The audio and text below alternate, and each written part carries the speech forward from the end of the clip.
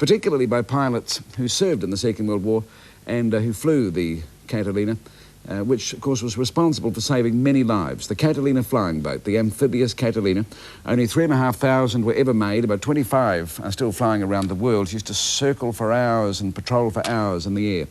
This aircraft plucked downed pilots from the ocean, of course. Now, such a Catalina is based in New Zealand, in New Plymouth. It's owned by the Catalina Club, a group of enthusiasts.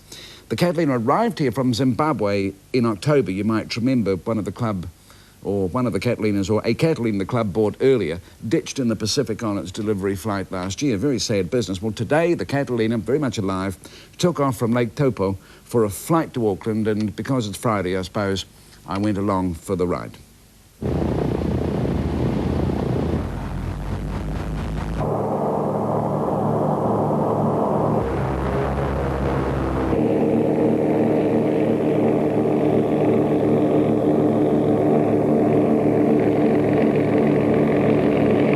During the flight, should you become a little bored with the accommodation in the passenger cabin, you can make your way through, careful not to trip over the bulkheads, and you can come up into the blister like this, the observation deck as it were, and you can take a good look right out here like this. You started flying what, the Cats when? I started flying the Cats wartime in 1942 when I was 21, and then I was part of forming the New Zealand 490 Squadron in the Atlantic. So between the war and when you started thinking about Cats again over the last couple of years, I mean, that's been a long time. Did it come back to you fairly easy? No, it didn't. They're very heavy aircraft to fly. You have to be quite strong to fly it, I imagine.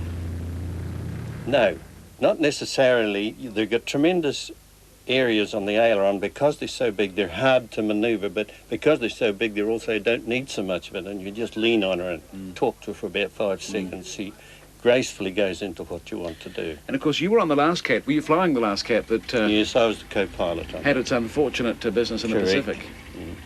You wouldn't forget that in a hurry. The highlight of my life, or the low light, whichever way you care to look at it. What is the fascination with the Catalina? I mean, why go through all of this, fixing it up and so forth, and traipsing around the country and doing repairs on the way and so forth? Why would you bother? It's historic. They're an aircraft you've got to work on.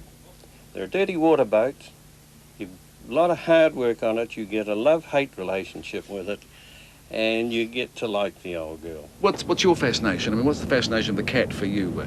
Well, I started flying them when I was quite young as a co-pilot, mostly doing forest fire fighting in Canada, and accumulated quite a few hours on them. And like Tom says, you get a love-hate relationship for them, and there's a soft spot in my heart for the old girl. And as it worked out, I managed to do quite a bit of flying on the side with these aircraft in Africa and also in North America.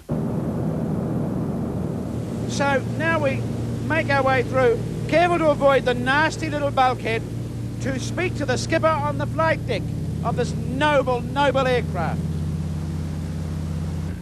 Well, now I've taken control, I'm going to take us down and make a hard turn to the left to evade the enemy.